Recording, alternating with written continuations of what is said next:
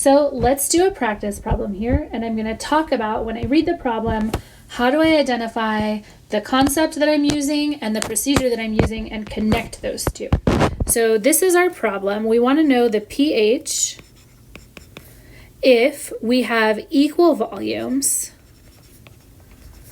of 0.05 molar NH3 and 0.025 molar HCl mixed together, and we're given the Kb for NH3 is 1.76 times 10 to the minus 5. This one is a weak base, and this one is a strong acid. And I'm going to remember to myself that strong acids react stoichiometrically.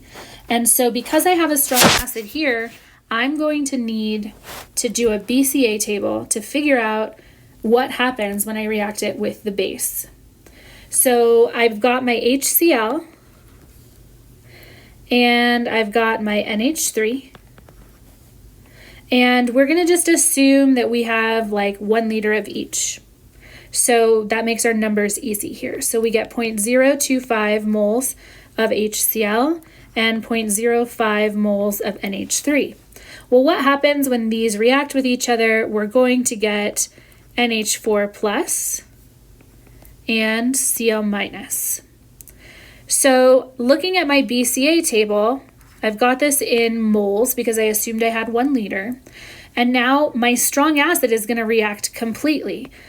So I'm going to get rid of all of it. And over here on the right, I'm going to get some NH4 plus. I also get Cl minus, but it doesn't affect our pH, so we're not going to worry about it right now.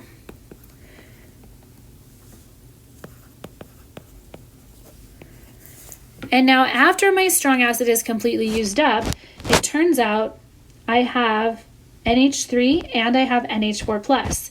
So now I'm looking at this situation and I say, this is a combination of a weak base with its conjugate acid, which is in fact a buffer.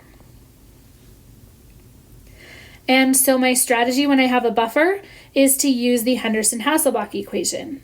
pH equals pKa plus the log of A minus over HA.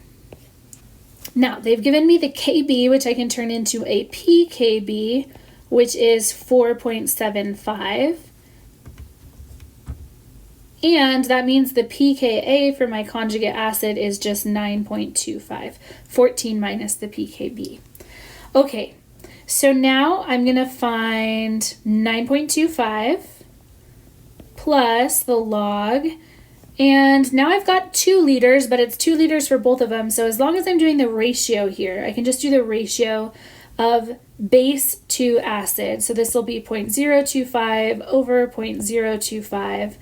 That's the log of 1, which is 0. So it goes away. And we've got our pH equals 9.25. So in this problem, we had to do this sort of reevaluation of what's going on and what procedure should I use twice. First, when we had the beginning situation, we realized we had a strong acid and a weak base. And because we know strong acids react completely, we chose to do a BCA table.